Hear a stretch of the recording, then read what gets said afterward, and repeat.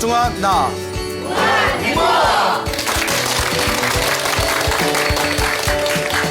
예, 만나서 반갑습니다. 광호 스님이라고 합니다. 예, 반갑습니다. 예, 예. 자, 또 오늘 이렇게 여러분들을 만나 뵙게 돼서 정말 진심으로 반갑습니다. 예. 솔직히 예의상한 말이에요. 예, 예, 예. 자, 제가 평소에 이제 많은 불자분들을 상대로 해서 법문이나 강의를 굉장히 많이 해왔습니다. 그래서 불교 공부를 하신 불자분들에게 그 불교 공부를 하시니까 어떤 느낌이 드십니까? 소감이 어떠하십니까? 라고 여쭤보면 한결같은 대답 중에 하나가 너무 재밌습니다. 예, 여러분 보통 불교하면 굉장히 고리타분하다고 생각할 수 있잖아요. 근데 정말 진지하게 불교 공부를 하다 보면 정말 재밌구나. 예, 부처님의 가르침이 굉장히 심오하고 깊구나라는 것을 새록새록 느끼게 됩니다. 그래서 많은 불자분들이 불교 공부 너무 재밌어요. 이 나이 돼서 왜 이제 배웠는지 모르겠어요. 예? 앞으로 더 열심히 공부하고 싶어요. 이런 말씀들을 많이 하는데 또 한결같은 대답 중에 하나가 그런데 스님, 공부를 하면 할수록 불교는 너무 어렵습니다 라고 말씀하시는 분들이 굉장히 많습니다. 예, 재밌는데 어렵대요. 예? 그래서 공부를 하면 할수록 자꾸 쉬워져야 되는데 하면 할수록 너무 깊고 심오하다 보니까 오히려 너무나 어렵게 느껴지는 경향도 없지 않아 있다. 또 이런 말씀들을 자주 하십니다.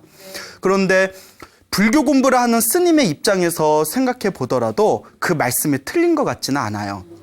여러분, 우리가 인도에서 거의 불교가 사라졌잖아요. 그렇죠?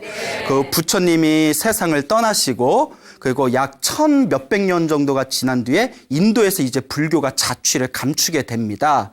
그래서 인도에서 불교가 사라지게 된 가장 큰 이유 중에 하나가 이제 뭐 여러 학설이 있는데 그 중에 하나가 이슬람 침공에 의해서 사원이 탄압을 받고 사원이 다 불타 사라져서 또 스님들이 학살을 당해서 그렇게 불법이 인도에서 자취를 감추게 되었다라는 이슬람 침공설이 있고요. 또 어느 일본 학자의 재밌는 또 가설 가운데 하나가 불교 교리가 너무 어려워서 일반 민중들한테 외면을 받은 것도 인도에서 불교가 쇠퇴하게 된 원인 중에 하나다라는 설이 있어요. 오죽 어려우면 예? 인도에서도 예? 일반 민중들한테 외면을 받았을까? 뭐 가설이긴 하지만 그런 이야기가 있습니다. 여러분, 우리가 그 교회에 다니다 보면 혹시 교회 다녀본 적 있으신가요? 네. 예, 아유 좋아요. 예. 혹시 지금도 예. 자, 그래서 교회에 가다 보면 우리가 예수님의 소중한 가르침을 알고 싶으면 무엇을 보면 돼요? 성경을 보면 되잖아요. 성경이 몇 권이죠? 예, 한 권이잖아요. 구약, 신약해서 한 권이잖아요. 우리 손에 쥐는 건 한 권이지 않습니까? 두꺼운 책으로 한 권인데 우리가 예수님의 소중한 가르침, 하나님의 가르침을 알고 싶으면 바이블, 구약, 신약, 성경 한 권만 보면 됩니다. 그리고 우리가 유교사상을 공부하고 싶으면 사서오경을 보면 되거든요. 사서오경 다 아시죠? 예, 물어봐도 돼요? 예, 예. 고개를 저으시네요. 예, 예, 상식이잖아요. 예, 사서오경을 보면 돼요. 사서오경. 근데 사서오경도 그렇게 양이 크게 많지는 않습니다. 그렇죠. 자, 그리고 우리가 도교 사상을 알고 싶으면 무슨 책을 보면 돼요? 도교 사상을 알고 싶으면. 그렇죠, 노장. 그래서 이거 갖고 하면 안 되는데 이거 상식인데. 예, 그래요. 예. 그래서 노자 도덕경이랑 장자 남아경.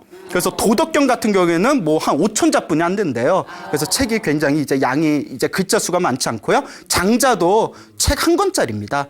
그래서 노자, 장자 요 두 권만 보면 되는데 그런데 불교를 무슨 대장경이라고 부르죠? 팔만대장경이라고 해요. 자, 팔만대장경이 지금 어디에 있죠? 예, 그쵸. 합천 해인사 장경각에 이제 팔만대장경이 있습니다. 제가 출가를 해인사에서 했어요. 예, 그래서 이제 장경각에 왔다 갔다 뭐 이게 와 할 정도는 아닌데 예, 굉장히 리액션들이 좋으신 것 같아요. 예, 해인사에서 출가할 때 거 와 소리 들을 정도 아닌데 자, 그래서 요 장경각에서 팔만대장경을 이렇게 이제 본 적이 있는데 그 팔만대장경을 그 숫자를 우리가 헤아려 본다면 정말 입이 떡 벌어질 정도입니다. 여러분 그냥 팔만대장경 하니까 피부로 안 와닿으시죠? 팔만 대장경이 정확히 8만 1000하고도 200장이 조금 넘는답니다. 그 두꺼운 나무가 8만 1000하고도 200장이 조금 넘고요. 8만 1200장 하니까 감이 잘 안 오시죠? 네. 위로 차곡차곡 하나하나 쌓으면 3200m가 된답니다. 자, 더 정확히 말하면 백두산보다 높습니다. 예? 여러분 백두산 올라가 보셨어요? 예, 엄청 힘들어요. 올라가는 것도. 예? 저 가봤을까요? 안 가봤을까요? 예, 안 가봤어요. 예. 근데 엄청 힘들대요. 예, 저도 얘기로만 들어. 다큐멘터리로는 봤어요, 백두산. 예, 어우, 경치 좋더라고요. 예.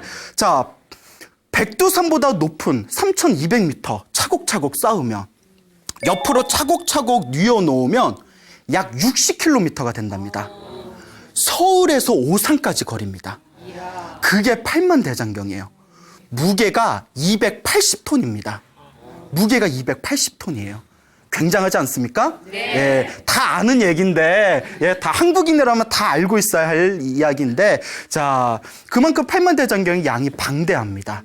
그걸 책의 권수로 나누면 6,800권이 된답니다.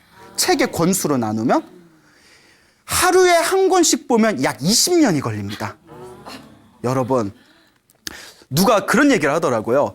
그 성경을 처음부터 끝까지 다 읽는데 한 3개월 정도 걸렸대요. 3개월 정도 걸렸고 사서 5경을 처음부터 끝까지 차근차근 읽는데 3년이 좀 넘었대요. 자, 팔만대장경은 몇 년이 걸린다고요? 20년이 걸립니다. 제가 스님이지만 언제 다 봐? 아, 그 언제 다 봐요? 만약에 우리가 속독으로 읽는다고 합시다. 속독으로 빨리빨리 읽어도 10년이란 얘기입니다. 근데 여러분, 우리가 교과서로 공부할 때 여러분 한 번만 읽어요? 아니면 두 번, 세 번 계속 읽어요? 그렇죠. 꼭 공부 못하는 애들이 수학의 정석 보면 앞에 집합만 이렇게 항상 시커멓잖아요. 네? 그래서 우리가 경전을 읽을 때도 한 번만 보는 게 아니라 두 번, 세 번 읽는다고 생각할 때 아무리 빨리 읽어도 3번 정도를 팔만대장경을 읽는다면 30년이 걸린다는 얘기입니다. 빨리 읽어도 30년이 걸려요. 예? 아, 이걸 다 언제 읽을까요?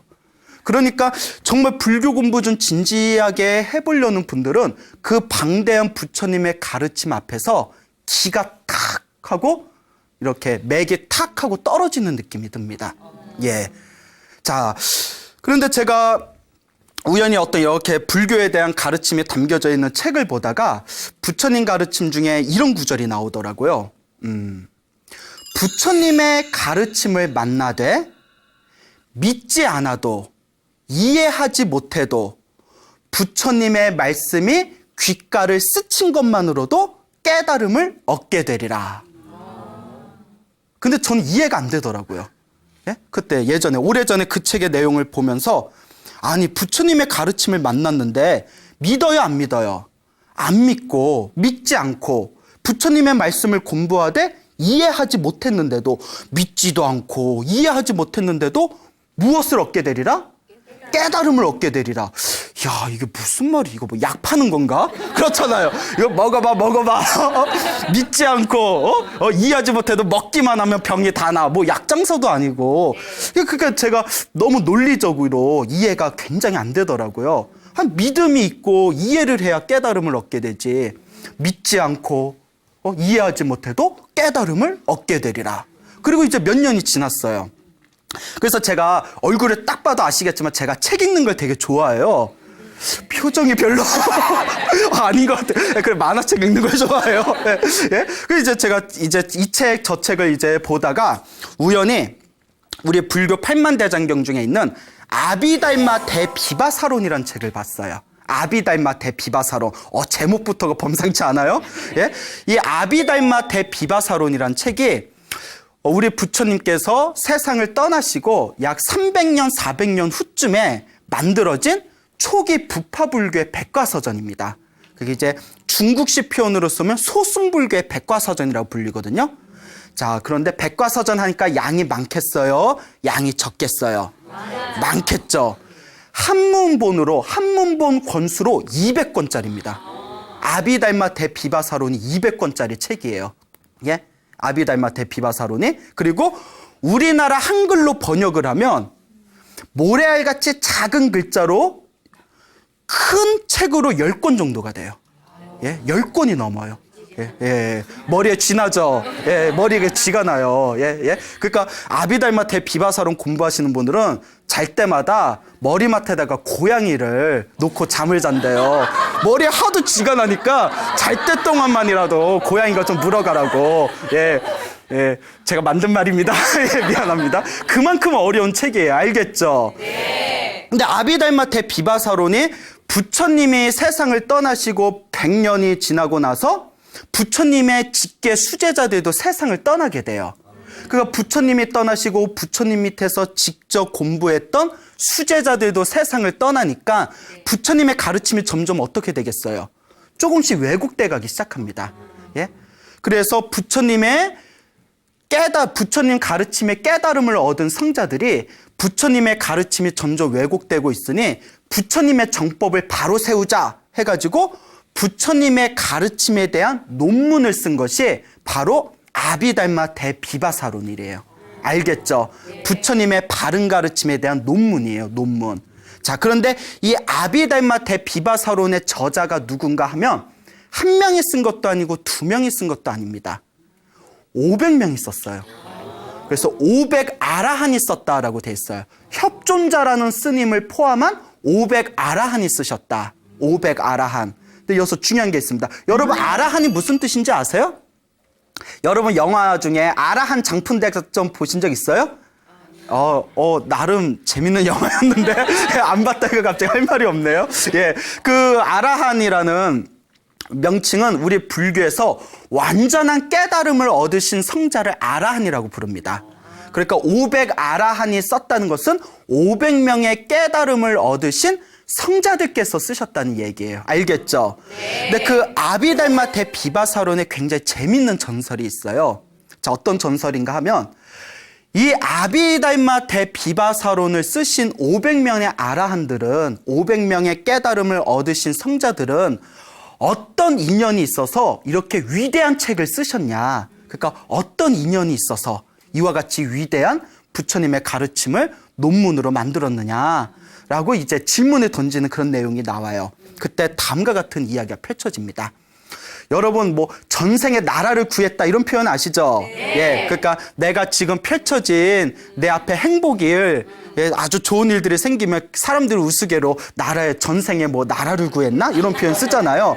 자, 그래서 불교는 이런 전생이나 윤회와 관계된 이야기가 굉장히 많습니다. 그 500명의 아라한도 전생에 깊은 인연이 있었기 때문에 이 아비달마 대비바사론이라는 위대한 서적을 저술하게 되었다는 거예요. 자, 어떤 전생에 인연이 있었는고 하면 석가모니 부처님이 세상에 출현하시기 훨씬 이전에 또 다른 부처님 시대 때 있었던 일이에요. 알겠죠? 그러니까 우리 불교에서는 석가모니 부처님 이전에도 수많은 부처님이 계셨고 석가모니 부처님 이후에도 또 수많은 부처님들이 세상에 출현해서 중생들을 제도한다라고 가르치지 않습니까? 그렇죠. 자, 그래서 석가모니 부처님 이전에 가섭 부처님 시대 때 이야기예요. 그 가섭이라는 부처님이 계시던 시대에 어느 선장이 있었는데 이 선장이 배를 타고 깊은 바다를 나가다가 큰 폭풍을 만나게 됩니다. 그래서 배가 바람에 이리저리 휩쓸리다가 어느 섬에 무인도에 난파를 하게 돼요. 그래서 가까스로 그 배에서 나와서 비바람을 피해서 동굴을 찾아 들어가게 됩니다. 동굴에 들어가서 동굴에서 불을 지피고 몸을 녹이고 있는데 너무 무서운 거예요. 여러분, 배가 폭풍에 난파당해서 무인도에 떨어져서 동굴에 혼자 있으면 무서워요, 안 무서워요? 무서워요. 무섭죠. 여러분, 무서울 때 무엇을 하시겠습니까? 예? 그냥 자요? 예? 예? 예. 자, 그때 그 선장이 독실한 불자였대요. 독실한 불자였기 때문에 품에 항상 부처님의 경전을 가지고 있었답니다. 부처님의 경전을 가지고 있어서 두렵고 무서우니까 우리가 무서우면 기도하지 않습니까? 네. 예? 그래서 품에서 부처님의 경전을 꺼내서 지극한 마음으로 독송했대요. 부처님, 이 위급함과 이 두려움에서 저를 구제해 주십시오 하고 부처님의 경전을 열심히 읽었는데 그 동굴 안에 박쥐들이 있었대요. 뭐가 있었다? 박쥐. 자, 여기서 여러분들의 눈치를 한번 실험해 보겠습니다. 박쥐가 몇 마리 있었을까요? 500마리. 그렇죠. 500마리가 있었대요. 예, 누굽니까? 눈치 엄청 빠르시네. 박수 한번 보내드릴까요? 예, 예, 오늘의 센스왕이십니다. 500마리의 박쥐가 있었대요. 자, 이제 눈치가 좀 감이 오십니까? 그 500마리의 박쥐들이, 잘 들으세요. 500마리의 박쥐들이 동굴에서 부처님의 경전을 독송하는 선장의 목소리를 듣게 됩니다. 그리고 그 박쥐들이 그 뜻을 알아요, 몰라요? 모르죠. 그 부처님에 대한 믿음이 있어요, 없어요? 그럼에도 불구하고 부처님의 경전 소리를 들은 그 인연으로 500마리의 박쥐들이 이 석가모니 부처님 시대에 무엇으로 태어났다? 500명의 아라한으로 태어난 겁니다. 사람으로 태어나서 깨달음을 얻은 500명의 아라한이 된 거예요. 그 박쥐들이 동굴 안에서 부처님의 경전 소리를 듣고 부처님의 경전을 들은 그 공덕으로 다음 생에 박쥐의 몸을 벗고, 박쥐의 몸을 벗은 뒤에 사람으로 태어나고, 사람으로 태어난 뒤에 경전 소리를 들었던 그 공덕으로 불교를 만나게 되고, 불교를 만나서 수행하게 되고, 수행하면서 수행의 힘이 점점 깊어지면서 그러한 수많은 윤회의 삶을 지난 끝에 이 석가모니 부처님 시대에 500명의 깨달음을 얻은 성자로 태어나게 된 겁니다. 그리고 이와 같이 이야기합니다. 그 500명의 아라한들이 부처님의 은혜를 갖기 위해서, 부처님의 경전 소리를 못 들었으면 지금까지 계속 무엇으로 살았을까요? 그렇죠. 박쥐나 축생으로 계속 살았을 수도 있잖아요. 부처님의 은혜를 갖기 위해서, 부처님의 가르침을 바르게 유지하기 위해서 무엇을 저술하였다? 아비달마 대비바사론이라는 이 거대한 위대한 업적을 만들어 놓았다라고 전설이 내려오고 있습니다. 이 정도 얘기면 뻥으로 쳐도 거의 우주급 뻥이에요. 아니 뻥을 쳐도 이 정도면 거의 뭐 판타지 SF 소설 이상이에요. 뭐 무협지를 넘나든. 무슨 박쥐가 부처님 경전 소리를 들어서 사람으로 태어나서 부처님 경전 소리를 들은 공덕으로 깨달음까지 얻게 되었다. 일반 불교를 안 믿는 사람들한테 이런 얘기하면 야, 뻥을 쳐도 정말 스케일이 틀리다.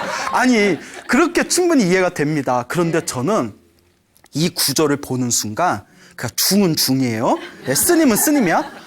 가슴이 우수수수수 뭐가 무너지는 느낌이 들면서 그냥 온몸이 시원하면서 환희감이 느껴지더라고요. 예? 이게 바로 믿음의 힘이죠. 믿음이 오더라고요. 그리고 몇 년 전에 읽었던 부처님의 가르침을 만나되 믿지 않아도, 이해하지 못해도 부처님의 말씀이 귓가를 스친 것만으로도 무엇을 얻게 되리라? 언젠가는 깨달음을 얻게 되리라. 그 이해 안 되던 구절이 뻥 뚫리는 거예요. 이것이었구나. 예, 이것이었구나. 여러분 믿음이 가십니까? 예, 표정이 아직 믿음이 없어. 얼떨떨해요. 자, 근데 여러분들도 오늘 이 이야기를 들은 것만으로도 믿지 않아도, 이해하지 못해도 언젠가는 무엇을 얻게 된다? 부처님 말씀이 사실이라면 깨달음을 얻게 될 것입니다. 이 비슷한 얘기가 또 나옵니다. 석가모니 부처님 당시에 있었던 일입니다. 석가모니 부처님께서 이제 사람들을 모아놓고 설법을 하고 있었는데, 부처님이 설법하시고 있던 그 장소 옆에 조그만 연못이 있었대요.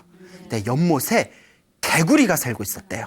그 개구리가 이제 개굴개굴거리고 살 거 아니에요? 근데 이제 사람들이 웅성웅성 모여가지고 부처님 설법을 듣고 있으니까 개구리가 이게 뭐지? 하고 이제 호기심이 들어서 연못 위에 이제 펄쩍하고 뛰쳐나왔어요. 그래서 사람들이 있는 곳에 가까이 가보니까 부처님이 가운데 앉으셔서 법문을 하고 계시는 거예요. 그런데 개구리가 부처님의 법문을 듣고 너무 기분이 좋은 거예요. 이거 제가 만든 말이 아니에요. 부처님의 법문을 듣고 너무 기분이 좋더래요. 미물도 누구를 알아봐요? 부처님을 알아보는 거예요. 그래서 부처님의 법문 듣기가 너무 좋아가지고 조금 더 자세히 들으라고 펄쩍펄쩍 부처님이 계신 곳에 이제 가까이 다가가다가 부처님의 법문을 듣고 있는 와중에 어느 목동이, 지팡이를 들고 있는 목동이 부처님의 설법을 더 자세히 듣고 싶어서 앞으로 싹 나가게 됩니다. 그만 그 목동이 가지고 있는 지팡이로 앞으로 나가가면서 밑에 있는 누구를 찍어버릴까요? 개구리를 찍어버려요. 개구리 머리를 퍽 하고 찍어버려요. 못 듣다가 부처님 설법 듣다가 예? 차라리 듣지나 말지 예? 부처님 법문 듣다가 머리가 깨져서 죽습니다. 예? 그러면 우리가 흔히 이런 생각을 해볼 수 있지 않습니까?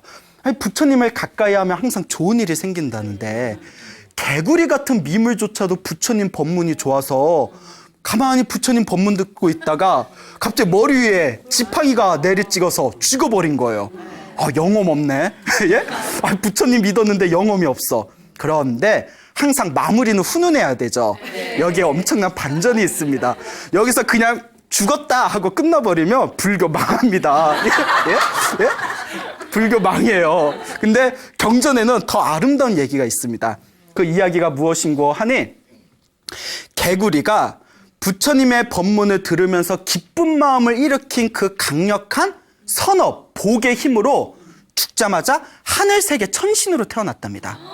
예. 근데 이게 아비달마, 아까 말한 아비달마 대비바사로 말씀드렸죠.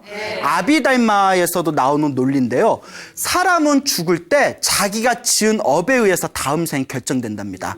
그런데 첫 번째가 죽으면서 자기가 어떤 생각을 하면서 죽었냐에 따라서 다음 생에 펼쳐지는 업에 가장 큰 영향을 미친답니다. 예? 그러니까 여러분들이 죽을 때 부처님을 생각하면서 염불을 하면서 좋고 아름다운 것을 생각하면서 죽으면 훨씬 더 좋은 세상에 태어날 확률이 높고 죽으면서 안 좋은 생각, 나쁜 생각, 누군가를 원망하는 생각을 가지고 죽으면 다음 생에 악한 세상에 떨어진다고 합니다. 이게 아비달마 논리에 아주 자세하게 나와 있어요. 자, 그런데 개구리는 비록 머리가 찍혀서 죽었지만 무엇을 생각하면서 죽었죠? 죽는 직전에 부처님의 설법을 즐겨 듣는 마음으로 부처님을 바라보면서 죽은 그 강력한 선업의 힘에 의해서 하늘나라 천신으로 태어나요. 자, 그런데 하늘나라 천신들은 다음과 같은 특징이 있다고 합니다. 자기 바로 전생을 볼 수가 있고요. 천안통이라고 하죠. 자기가 죽은 뒤에 어디에 떨어질지 바로 미래생을 볼 수가 있대요. 천신들은 천안통이 있기 때문에. 그래서 하늘세계의 천신으로 태어난 이 개구리 천신이 나는 전생에 무슨 복을 많이 지었길래 이렇게 하늘세계 천신으로 태어났을까 궁금한 거예요. 그래서 자기의 전생을 다 살펴봅니다. 자기의 전생을 살펴보면서 아마 나 전생에 엄청 착한 사람이었을 거야. 힘들고 배고픈 사람들한테 많이 베풀고 착한 예를 많이 했기 때문에 내가 이렇게 하늘세계 천신으로 태어난 거야 라는 믿음을 갖고 자기의 전생을 딱 살펴봤는데 뭐였어요? 개구리였어요. 막 멘탈이 흔들립니다. 내가 개구리였다니. 여러분, 만약에 광우스님이 만약에 전생을 볼 줄 아는데 못 봐요? 또 오해하지 마세요. 전생을 볼 줄 아는데 광우스님 제 전생 좀 봐주세요 했는데 개구리였습니다 하면 기분이 좋겠어요? 나쁘겠어요? 안 좋죠. 누구라도 그럴 거예요. 어머, 전생에 아주 큰, 아주 위대한 위인이었습니다. 또 이렇게 얘기해주면 훨씬 기분이 좋겠죠. 자, 자기가 전생에 개구리였다는 것을 알고 이 천신이 깜짝 놀래요. 근데 내가 개구리였는데 도대체 무슨 공덕을 지어서 하늘나라 천신으로 태어났을까? 그 자기의 전생을 가만히 살펴봤더니 죽기 직전에 석가모니 부처님의 설법을 들으면서 부처님에 대한 기쁜 마음을 일으키면서 죽었던 그 공덕의 힘에 의해서 하늘세계 천신으로 태어나게 되었다는 것을 깨닫게 됩니다. 너무 고마워요. 너무 기쁘고 너무 고마워요. 너무 고마워가지고 하늘나라 천신이 석가모니 부처님이 계신 지상에 내려옵니다. 그 석가모니 부처님이 홀로 나무 밑에서 이렇게 명상을 하고 계실 때 부처님 앞에서 천신이 다 삼배의 예를 올리고 거룩하신 세존이시여, 저는 전생에 개구리였다가 부처님의 설법을 듣고 이번 생에 하늘세계 천신으로 태어난 하늘세계 신입니다. 저를 알아보시겠습니까? 부처님을 알아봐요? 못 알아봐요? 아예 알아봐야지. 요새 왜 눈치 없이 못 알아봐. 부처님은 모든 걸 다 꿰뚫어 보셔야 돼요. 알겠죠? 예, 그래요. 여기까지. 예, 예. 알아봐요, 못 알아봐요. 예? 그렇죠. 알아봐야 돼. 알겠죠? 못 알아보면 우리 불교 문 닫아야 돼요. 예? 부처님은 모든 걸 다 꿰뚫어 보십니다. 알겠죠? 예, 실제로 다 꿰뚫어 보신대요. 그래서 여러분의 경전 공부를 하면 그런 얘기들이 자세히 나옵니다. 부처님께서 미소를 띄우면서 그래, 그 이와 같고 이와 같다. 자기가 지은 업은 반드시 누가 받는다? 자기가 받는다.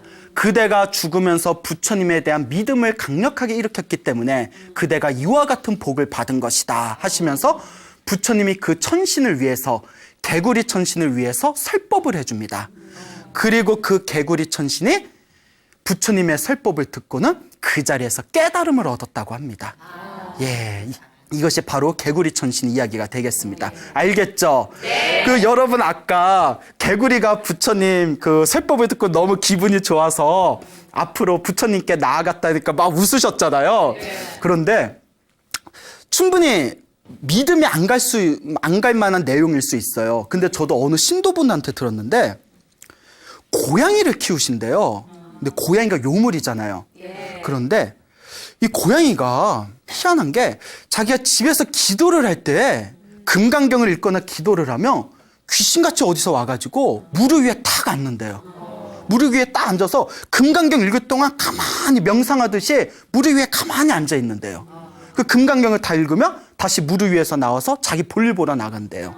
그리고 또 금강경 읽을 시간이 되면 또 귀신같이 와가지고 자기가 금강경 읽을 동안 무릎 위에 가만히 앉아 있대요. 실제로 그런답니다. 그래서 제가 웃으면서 저 고양이는 다음 생 무엇으로 태어나겠다? 예? 천신으로 태어나겠다. 하늘세계 신으로 태어나겠다. 그러니까 개구리가 부처님 설법 듣고 싶어서 앞으로 나갔다는 얘기가 절대 웃은 얘기가 아닙니다. 이 세상은 우리가 이해 못하는 신비로 가득합니다. 알겠죠? 그래서 그런 노래도 그런 얘기가 있잖아요. 가자 신비의 세계로. 예? 아닌가요? 예? 자, 그럼 한 가지 또 재밌는 얘기를 하나 해드릴게요. 역시 이제 짐승하고 관계된 얘기인데 옛날 인도에 구마라라는 이름을 가진 스님이 계셨답니다. 큰 도인 스님이었대요. 이 구마라라는 큰 스님이 계셨는데 인도의 오곡산, 옥이 많았나 봐요. 예, 오곡산이라는 산에서 수십 명의 스님들을 모아놓고 불법을 가르치고 계셨답니다. 그래서 이제 오곡산에서 다 이제 그 공부방을 만들어 놓고 이제 스님들 수십 명을 모아놓고 이제 법상, 스님이 이제 법을 설하기 위해서 앉는 그 자리를 법상이라고 합니다. 그 법상에서 이렇게 법문을 하고 계셨는데 그때 설하시던 경전이 열반경이었어요. 그 부처님 팔만대장경에 보면 열반경이라는 경전이 있습니다. 그 부처님의 열반경을 강의를 하고 계실 때 그 법상 밑으로 저기 푸두두둑 하고 꿩이 한 마리 내려온 거예요. 꿩이 내려와서 법상 밑에서 구마라 스님의 법문을 가만히 듣고 있는 거예요. 그러니까 요 공부하는 스님들이 신기하잖아요. 신기하면서도 아니 스님들 공부하는데 새가 왜 날아왔어? 하고 이렇게 붙잡으려고 했대요. 그때 구마라 스님이 당신 제자들에게 그만두어라. 저 축생이나 사람이나 불성이 있는 것은 똑같다. 부처의 성품이 있는 건 똑같다. 이번 생에 부처님의 가르침을, 부처님의 경전 소리를 듣고서 다음 생에 사람으로 태어날 수 있다. 그러니 저 꿩이 공덕을 짓게 그냥 두어라 라고 말씀하셨대요. 대단하시죠? 네. 그래서 꿩이 가만히 법상 밑에서 구마라 스님의 경전 강의를 다 듣고 나서는 강의가 끝나니까 푸두둑 하고 또 날아가 버렸대요. 예? 그래서 이제 꿩이 날아갔어요. 그 이제 몇 년이 지난 뒤에 구마라 스님이 이제 수많은 당신의 제자들을 데리고 이제 성 안으로 들어가셨답니다. 이제 성 안에 다 들어가셔서 이제 성 안에서 이제 또 중생들을 제도하고 계셨는데 성 저쪽에 이제 도심지 시장 이제 한가운데 한 너댓 살 정도 나이 먹은 어린 여자아이가 혼자 이렇게 속꿉장난을 하고 있더래요. 여자아이가 속꿉장난을 하고 있으니까 그 구마라 스님이 다 길을 걸으시다가 제자들에게 이렇게 이야기합니다. 몇 년 전에 너희들과 열반경 강의를 들었던 꿩이 사람으로 태어났구나 이러더래요. 예, 이쯤 되면 전설의 고향입니다. 예? 예? 이쯤 되면 전설의 이야기 따라 삼천리예요. 예? 야, 꿩이 인간으로 태어났구나 하면서 구마라 스님이 그 여자아이한테 꿩아 하고 부릅니다. 꿩아. 예. 그러니까 그 아이가 갑자기 예 하고 이렇게 달려오더래요. 예. 이쯤 되면 호러물이죠. 예? 꿩아 하고 이름을 불렀는데 네 하고 달려오면 좀 무섭죠, 우리 입장에서는. 자, 그런데 이제 한사 이야기는 어때야 된다? 훈훈해야 된다. 예? 자, 그래가지고 이제 옆에 또 엄마가 깜짝 놀라서 아니 스님 왜 제 어린 여식을 가리켜서 꿩아 하고 부르십니까? 라고 하니까 이 구마라 스님이 그 자초지종을 설합니다. 예? 전생에 꿩이었는데 우연히 우리 오곡산에 있는 산에 와서 부처님 법문을 듣고 경전 강의를 듣고 그 공덕으로 사람 몸을 받게 된 겁니다. 예? 그러니까 어머니가 깜짝 놀라면서 하는 얘기가 실은 스님 고백할 게 있습니다. 예? 제가 이 아이를 낳았을 때 등에 꽁털이 깃털 3개가 나 있었습니다. 예? 그래서 이 아이의 이름을 치개라고 지었습니다. 라고 하는 거예요. 아이의 이름이 치개예요. 꽁치자에 닭개자. 예? 그러니까 태어날 때 꽁털, 닭의 깃털, 꽁털을 3개를 가지고 태어났다 해서 치개라고 이름을 졌습니다. 근데 이 여자아이가 하는 말이 어머니 저 이스님 따라서 출가할래요 이러는 거예요. 5살 먹은 여자아이가. 어머니가 보내줘요 안 보내줘요? 보내줍니다. 쿨하세요.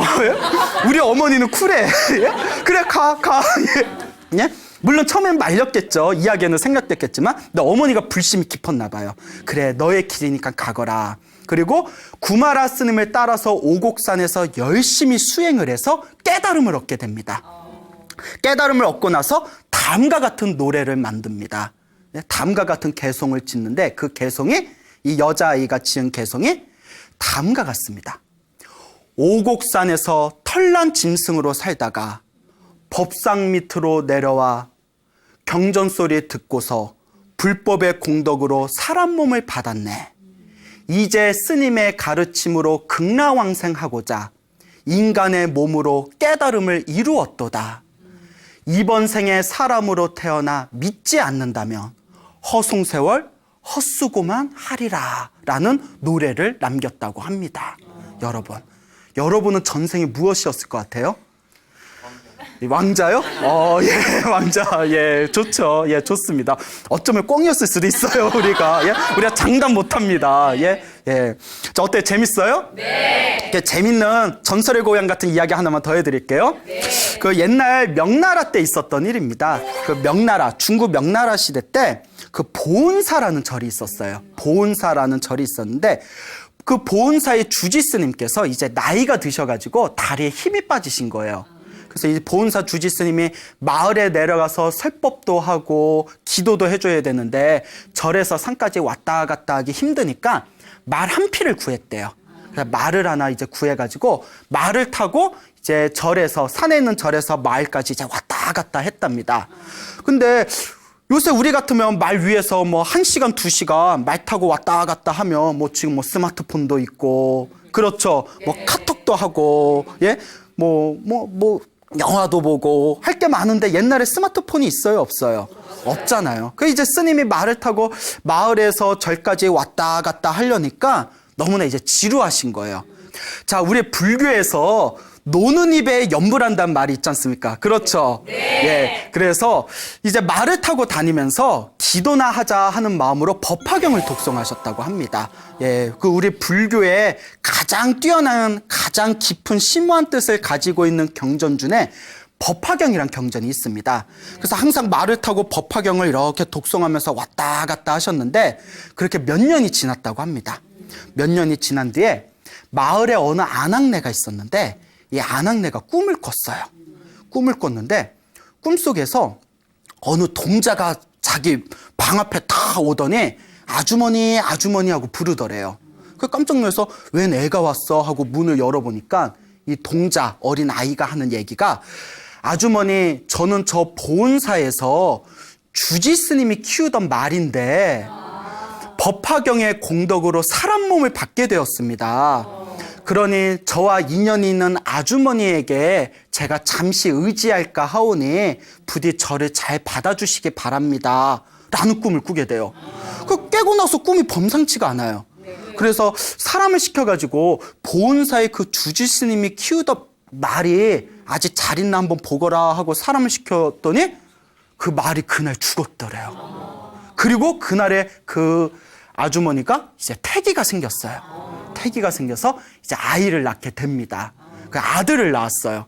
그래서 이제 아들을 낳았는데 아들을 낳고 이제 무럭무럭 커서 7살이 됩니다. 7살이 됐을 때 아주머니가 불심이 엄청 깊으셨나 봐요. 네?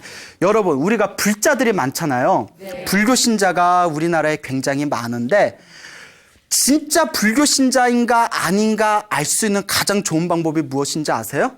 절에 열심히 다닌다고 진짜 불자 아니에요. 예? 뭐 등 많이 올린다고 진짜 불자 아니에요. 자기 자식이 출가를 한다고 했을 때 아주 편하게 놓아줄 수 있으면 그게 진짜 불자예요. 무슨 얘기인지 알겠죠? 내 자식이 출가한다고 했을 때 그래 가거라, 부처님 제자가 되거라, 이런 말을 할 수 있으면 진짜 불자입니다. 그러니까 이분이 불심이 지극했나 봐요. 그 아이를 7살 된 아들을 데리고 보은사 주지스님을 찾아갑니다. 그 꿈 얘기를 하면서 스님, 언젠가 이 아이는 제가 반드시 절에 보낸다고 항상 생각해 왔습니다. 이 아이는 스님의 인연이시니 제발 우리 아들 큰 스님 만들어 주십시오 하고 그 주지 스님의 제자로 보냅니다. 어머님이 대단하세요. 그래서 이제 주지 스님이 이제 그 아이를 두고 몇 년 동안 열심히 공부를 가르쳐요. 열심히 공부를 가르치는데 문제가 생겨요. 머리가 너무 둔해. 머리가 너무 둔해. 하나를 가르쳐주면 반도 몰라. 예? 하나를 가르쳐줬는데 반도 몰라요. 반도 기억을 못해요. 무슨 말인지 아시겠죠? 그러니까 몇 년 지났는데 너무 답답한 거예요.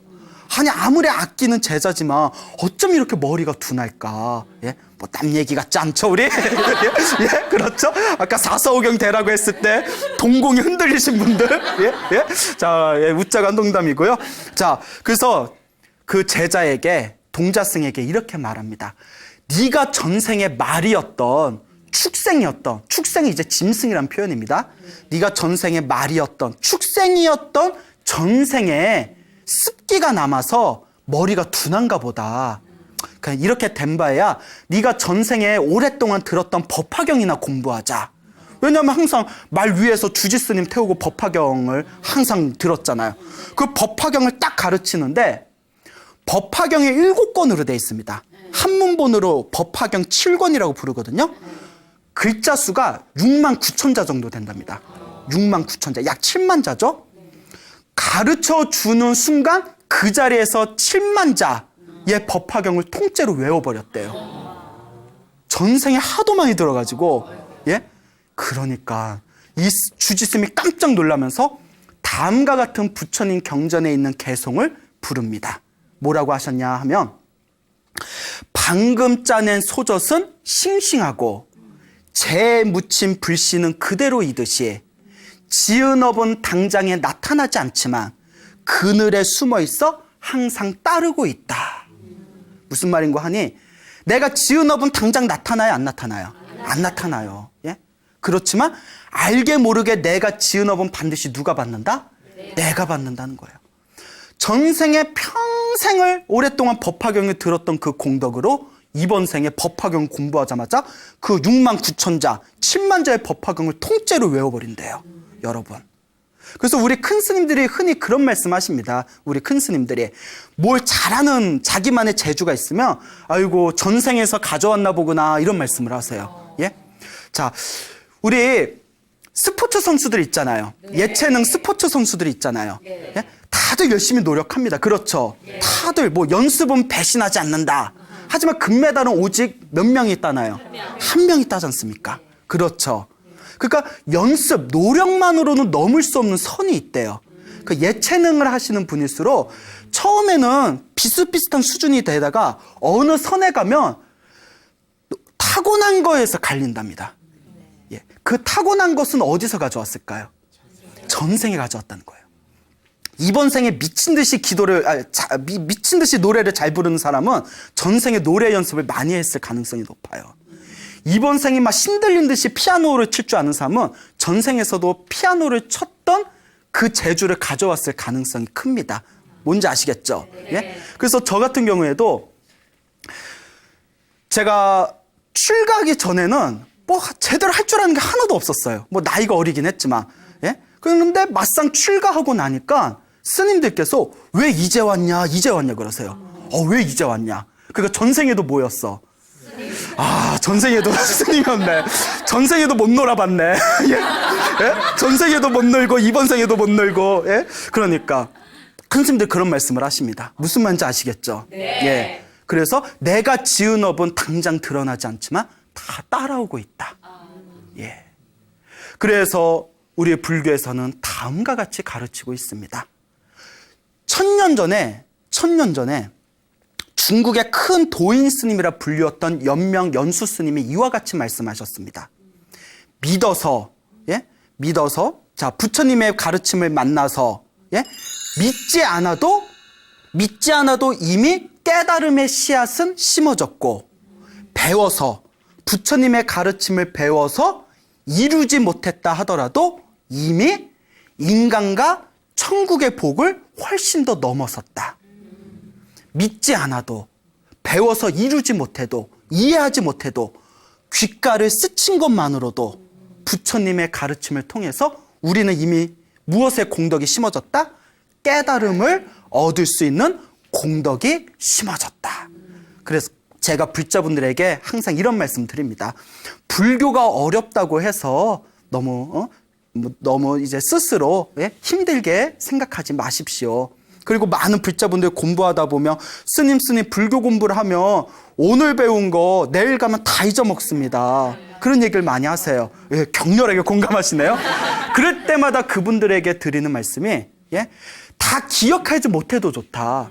믿지 않아도 이해하지 못해도 깨달음의 인연이 심어졌다는데 보살님은 이미 믿음이 있고 이미 배우고 있으니 머리로 기억하지 못해도 지금 지은 업은 당장 드러나지 않아도 이미 자기가 지은 업은 자기가 받듯이 이번 생에 공부한 그 업은 우리 보살님 마음에 다 저축이 되었다. 그러니 지금같이 한결같이 공부해라 라는 말씀을 제가 간곡하게 드립니다. 네. 여러분 믿습니까? 네. 예. 자기가 지은 업은 반드시 누가 받는다? 네. 자기가 받습니다. 그러니 여러분 불교 공부를 하시는 우리 불자 여러분 명심하시기 바랍니다. 부처님의 가르침은 너무나 위대합니다. 부처님의 가르침은 믿지 않아도, 배워서 이해하지 못해도, 귓가를 스친 것만으로도 이미 깨달음을 얻을 수 있다라고 분명히 부처님께서 증명하셨습니다. 여러분 믿음을 가지시기 바랍니다. 알겠죠? 네. 자, 여러분 행복해지고 싶습니까? 네. 행복한 삶을 창조하고 싶습니까? 네. 예. 복을 지으십시오. 선업을 쌓으십시오. 공덕을 쌓으십시오. 복과 선업과 공덕의 힘이 여러분들을 진정한 행복의 길로 이끌어 줄 것입니다. 자, 여기서 마치겠습니다. 소중한 나 무한 행복!